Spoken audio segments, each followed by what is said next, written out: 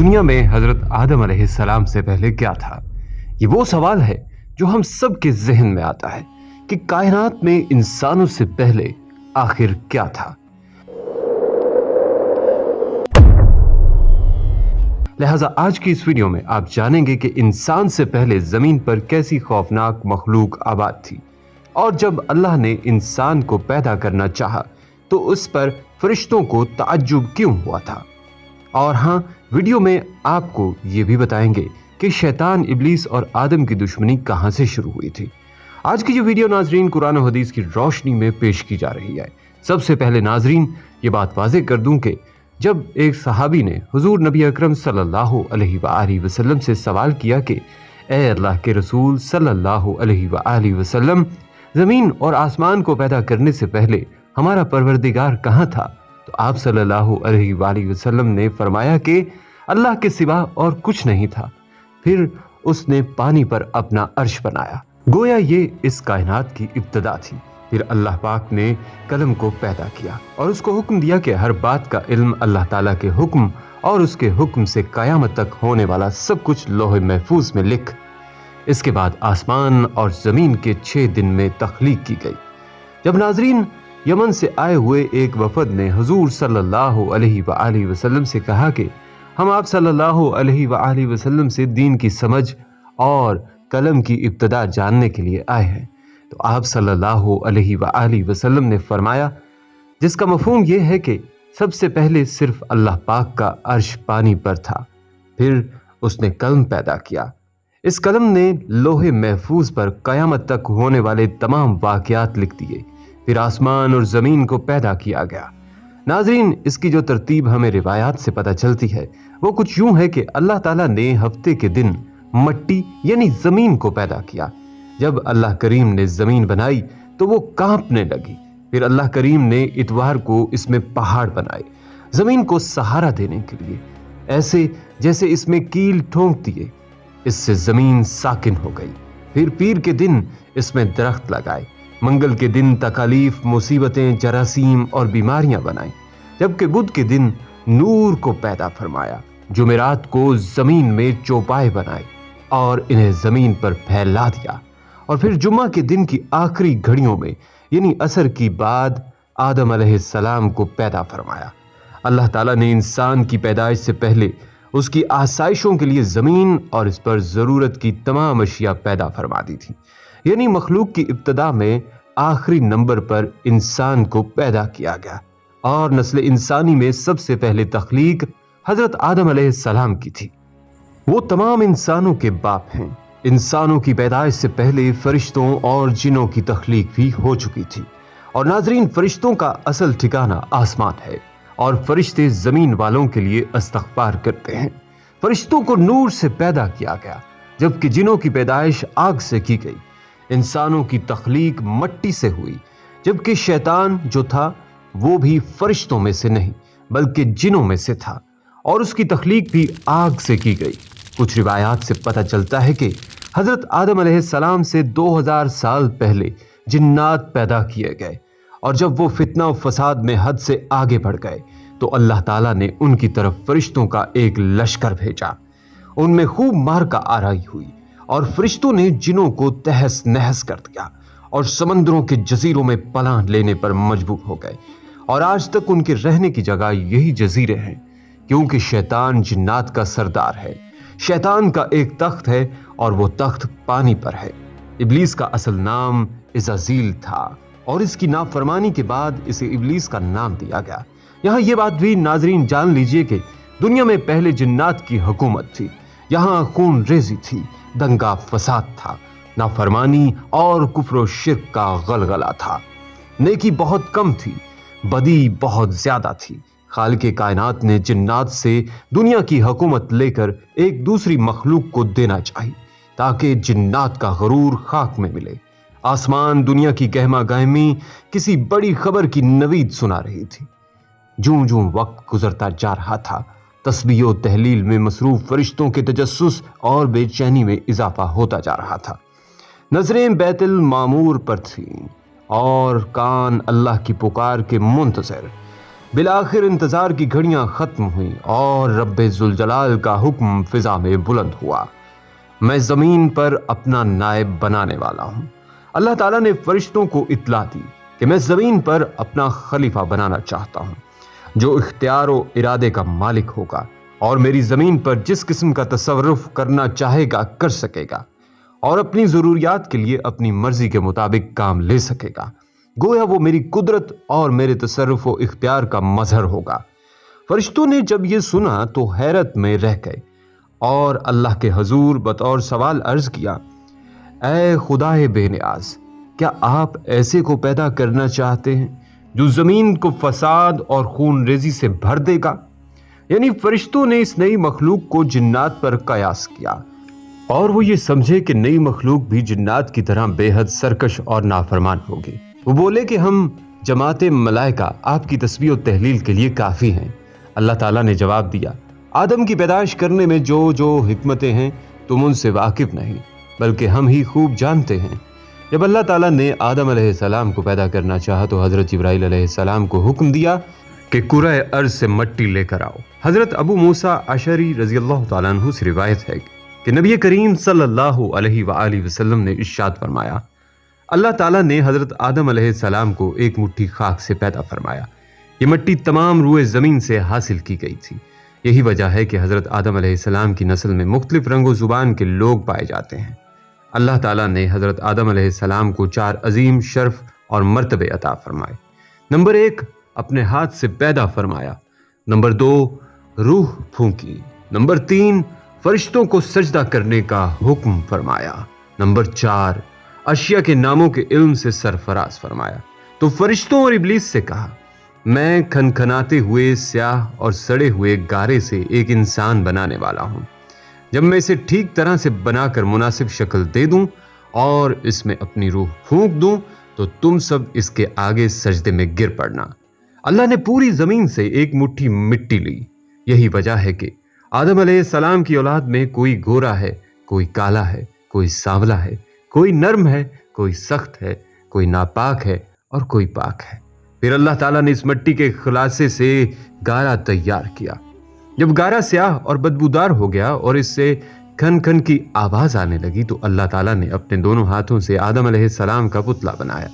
फिर अल्लाह ताला ने पुतले को कुछ अरसे के लिए वैसे ही छोड़ दिया। जब इब्लीस ने इसे देखा तो उसके गिर्द चक्कर लगाने लगा और उसको बगौर देखता रहा। इसने देखा कि पुतला अंदर से खाली है तो वो समझ गया कि आदम अपने ऊपर काबू ना रख सकेंगे।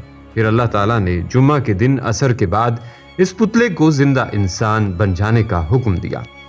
हुक्म सुनते ही वो पुतला जिंदा इंसान बन गया। आदम अलैहिस्सलाम का खमीर मट्टी से गूंदा गया और ऐसी मट्टी से गूंदा गया जो नित नई तब्दीली कबूल करने वाली थी।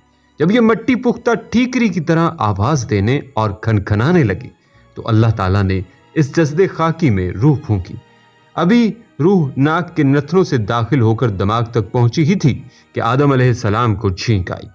उसी वक्त आदम अलैहिस्सलाम को अल्लाह पाक की तरफ से इल्हाम हुआ कि इस छींक के जवाब में अल्हम्दुलिल्लाह कहो। आदम अलैहिस्सलाम ने छींक लेते ही अल्हम्दुलिल्लाह कहा, जिसके जवाब में अर्श मुअल्ला से यरहमकुल्लाह यानी अल्लाह तुझ पर रहम करेगा जवाब आया। फिर अल्लाह ताला ने उनसे फरमाया, जाओ इन फरिश्तों को सलाम करो और सुनो वो क्या कहते हैं। जो कुछ वो कहें वही तुम्हारा और तुम्हारी ज़ुर्रियत का सलाम होगा। आदम अलैहिस्सलाम उनके पास गए और उनसे कहा, अस्सलामु अलैकुम। फरिश्तों ने जवाब दिया, वालैकुमुस्सलाम व रहमतुल्लाहि व बरकातुहू। फिर रफ्ता रफ्ता रूह आदम हजरत आदम अलैहिस्सलाम के तमाम जस्ते खाकी में सरायत कर गई। यूं वो मिट्टी का पुतला यक ब यक गोश्त पोस्त हड्डी पट्टे का जिंदा इंसान बन गया और इरादा, शऊर, हिस्स, अक्ल और वजदानी जज्बातों कैफियत का हामिल नजर आने लगा। फिर अल्लाह ताला ने आदम को सारे नाम सिखा दिए। फिर अल्लाह पाक ने फरमाया, ए मलाइका इन चीज़ों के नाम बताओ। फरिश्तों को भी खबर तक न थी कि इन चीज़ों के क्या क्या नाम हैं। कायनात की तमाम अशिया फरिश्तों के सामने पेश हैं और उनके नाम उन मासूमों से दरियाफ्त हो रहे हैं। ये क्यों? ये सिर्फ आदम अलैहिस्सलाम का एजाज बढ़ाने के लिए। लिहाजा इस अजीम सवाल पर सारे फरिश्ते आजिज हुए और सब ने इनकसारी से अर्ज किया, ऐ पाक परवरदिगार, तेरी ज़ात खूब वाकिफ है कि हम इन चीज़ों के नाम नहीं जानते। तो बस वही इल्म है जो तूने हमें अता कर रखा है, यानी जिक्र खुदा और तस्बीह इलाही, और फिल हकीकत तू ही सब चीज़ों का जानने वाला है और बड़ा हिकमत वाला है। जब अल्लाह ताला ने आदम अलैहिस्सलाम को पैदा किया तो चूंकि अल्लाह ताला वजूद आदम अलैहिस्सलाम के चिराग में रूहानियत का रोगन डालकर इसरार इलाही की कंदील रोशन फरमाना चाहता था, इसलिए आदम अलैहिस्सलाम को खलासा मौजूदात बनाकर फरिश्तों के सामने पेश किया और फरमाया कि आदम के सामने सजदे में गिर जाओ। फरिश्ते अब तक रब के लिए सजदे करते चले आ रहे थे, मगर आज का सजदा जुदागाना नबीयत का था। गोया के था तो ये भी हुक्म इलाही के सामने, और उस वक्त हजरत आदम अलैहिस्सलाम और इलाही तजल्ली गाह के तौर पर जलवागर थे। उनके सामने किए जाने वाला सजदा भी दर हकीकत रब ही को सजदा था, क्योंकि उसका हुक्म जो था। मगर अब ये सजदा बवास्ता आदम अलैहिस्सलाम था। ये एक ऐसा सजदा था जिसने करोड़ों के सजदे मकबूल बना दिए और इब्लीस के करोड़ों सजदे मरदूद करा दिए। लिहाजा हुक्म खुदाबंदी मिलते ही तमाम फरिश्ते सजदे में गिर गए, मगर इब्लीस ने सजदा करने से इनकार कर दिया। यहाँ ये बात काबिल जिक्र है कि इंसानों में भी नाफरमानी और जुल्म का मादा है, लेकिन याद रहे कि वो जिन्नात के मुकाबले में कम है। यूं समझना चाहिए कि इंसान एक ऐसी मखलूक है जो फरिश्तों और जिन्नात के बीच की मोतदल मखलूक है। हजरत आदम अलैहिस्सलाम की तख्लीक और फरिश्तों के कलाम के बारे में कुरान करीम में इरशाद है कि ऐ पैगंबर, इस वक्त का तसव्वुर करो जब आपके रब ने फरिश्तों से कहा कि मैं जमीन में एक खलीफा बनाने वाला हूं, तो वो कहने लगे, क्या तू इसमें ऐसे शख्स को खलीफा बनाएगा जो इसमें फसाद मचाएगा और एक दूसरे का खून बहाएगा, जबकि हम तेरी हम्दो सना के साथ तस्बीह व तकदीस भी कर रहे हैं। अल्लाह ताला ने उन्हें जवाब दिया कि जो कुछ मैं जानता हूं वो तुम नहीं जानते। इसके बाद अल्लाह ताला ने आदम अलैहिस्सलाम को तमाम अशिया के अस्मान, नाम व सिफ़ात खास समझा दिए और सिखा दिए। फिर इन अशिया को फरिश्तों के रूबरू पेश करके उनसे कहा कि अगर तुम अपनी बात में सच्चे हो तो मुझे इन अशिया के नाम बता दो। फरिश्ते कहने लगे, नुक्स से पाक तो तेरी ही जात है, हम तो इतना ही जानते हैं जितना तूने हमें सिखाया है, और हर चीज को जानने वाला और इसकी हिकमत समझने वाला तो तू ही है। अल्लाह ताला ने आदम अलैहिस्सलाम से फरमाया, ऐ आदम, इन फरिश्तों को इन अशिया के नाम बता दो। तो जब आदम अलैहिस्सलाम ने फरिश्तों को इन चीज़ों के नाम बता दिए तो अल्लाह ताला ने फरिश्तों से कहा, क्या मैंने तुम्हें ये ना कहा था कि मैं ही आसमानों और ज़मीन की पोशीदा बातें जानता हूँ, और इन बातों को भी जानता हूँ जो तुम जाहिर करते हो और उनको भी जो तुम छुपाते हो। और वो वक्त भी याद करो जब हमने फरिश्तों से कहा कि आदम को सजदा करो, तो सिवाय इब्लीस के सब फरिश्तों ने उसे सजदा किया। इब्लीस ने इस हुक्म इलाही को तस्लीम न किया और घुमंड में आ गया और काफिरों में शामिल हो गया।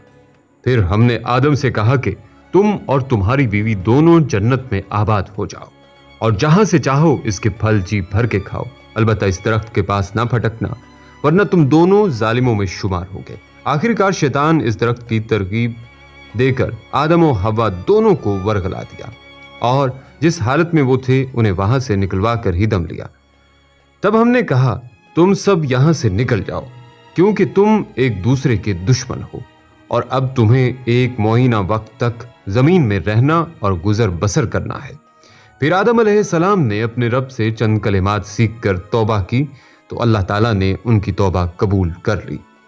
हजरत आदम अलैहिस्सलाम ने अपनी दुआ में ये कलिमात अर्ज किए कि हमारे रब, हमने अपनी जानों पर ज्यादती की, और अगर तूने हमारी मगफिरत ना फरमाई और हम पर रहम ना फरमाया तो जरूर हम नुकसान वालों में से हो जाएंगे। और इसके साथ हजरत उमर फारूक रजी अल्लाह तआला अन्हु से मरवी है, नबी अकरम सल्लल्लाहु अलैहि वसल्लम ने इरशाद फरमाया, जब हजरत आदम अलैहिस्सलाम से इज्तिहादी खता हुई तो अरसा दराज तक हैरान व परेशान रहने के बाद उन्होंने बारगाह इलाही में अर्ज की, ऐ मेरे रब, मुझे मोहम्मद सल्लल्लाहु अलैहि वसल्लम के सदके में माफ़ फरमा दे। अल्लाह ताला ने फरमाया, ऐ आदम, तुमने मोहम्मद सल्लल्लाहु अलैहि वसल्लम को कैसे पहचाना, हालांकि अभी तो मैंने उसे पैदा भी नहीं किया। हजरत आदम अलैहिस्सलाम ने अर्ज की, ऐ अल्लाह पाक, जब तूने मुझे पैदा करके मेरे अंदर रूह डाली और मैंने अपने सर को उठाया تو میں نے عرش کے پایوں پر لا الہ الا اللہ محمد الرسول اللہ لکھا دیکھا، تو میں نے جان لیا کہ تو نے اپنے نام کے ساتھ اس کا نام ملایا ہے جو تجھے تمام مخلوق میں سب سے زیادہ محبوب ہے۔ اللہ تعالیٰ نے فرمایا، اے آدم تو نے سچ کہا، بے شک وہ تمام مخلوق میں میری بارگاہ میں سب سے زیادہ محبوب ہے، تم اس کے وسیلے سے مجھ سے دعا کرو، میں تمہیں معاف کر دوں گا، اور اگر محمد صلی اللہ علیہ وآلہ وسلم نہ ہوتے تو میں تمہیں پیدا نہ کرتا۔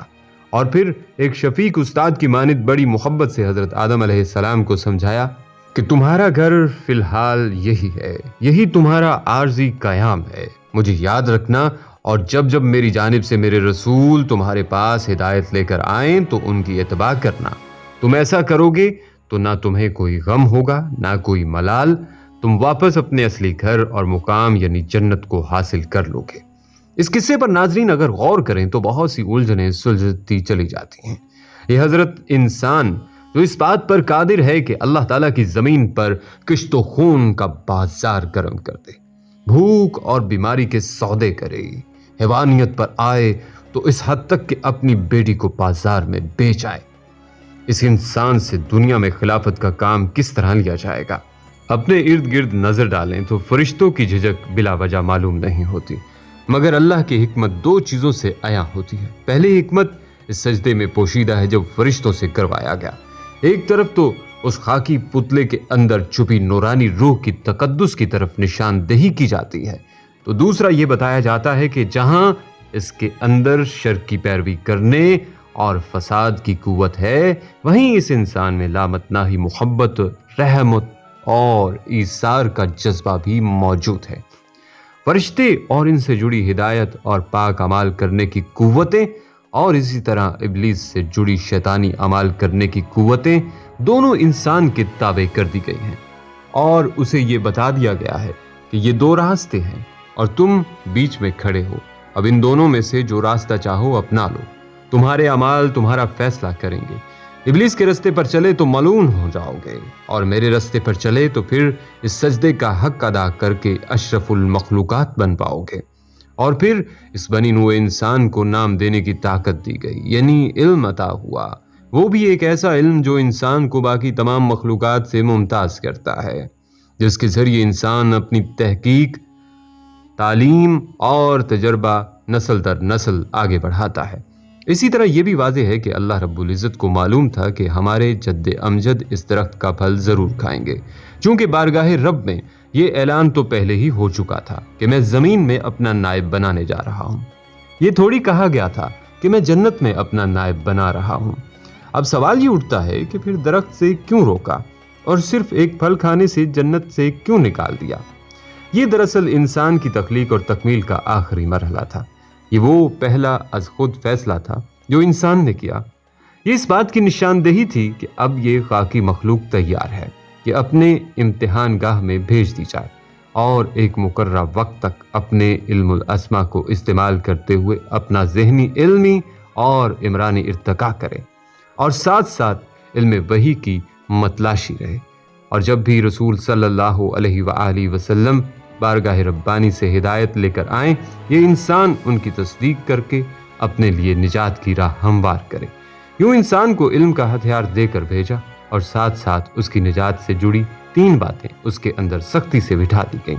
اول یہ کہ جنت میں وقت گزارنے کا موقع دے کر اس کے دل میں لاشعوری طور پر اس کی محبت بھر دی گئی، اور یہ بتا دیا گیا کہ یہی تمہارا اصل مقام ہے، اور پھر یہ جو نکالے جانے کے باعث تم اسفل سافلین ہو گئے ہو، تو وہ اپنے اعمال اور اٹھان سے اپنی کھوئی ہوئی ساکھ دوبارہ بحال کرو، اور اپنا اصل مقام دوبارہ تلاش کرو، یہی تمہارا امتحان ہے۔ پھر شیطان کی وجہ سے اس مقام کا چھننا، اس کے اندر اس بات کو بٹھایا گیا کہ شیطان میرا کھلا دشمن ہے، جس کی چال سے مجھے ہر دم ہوشیار رہنا پڑے گا، اور آخر میں یہ بھی سکھایا گیا ہے کہ یہ سفر یقیناً بہت لمبا اور مشکل ہوگا، تکلیف بھی ملے گی، مشکلات بھی آئیں گی، بشری کمزوری کے باعث گناہ بھی سرزد ہوں گے۔ ایسے میں کیا کرنا ہے؟ ایسے میں سارا غرور، تکبر ایک طرف رکھ کر صدق کے دل سے اللہ سے معافی مانگنی ہے اور رجوع کرنا ہے۔ اللہ ہم سب کو ان نصیحتوں پر عمل کرنے کی توفیق دے، آمین یا رب العالمین۔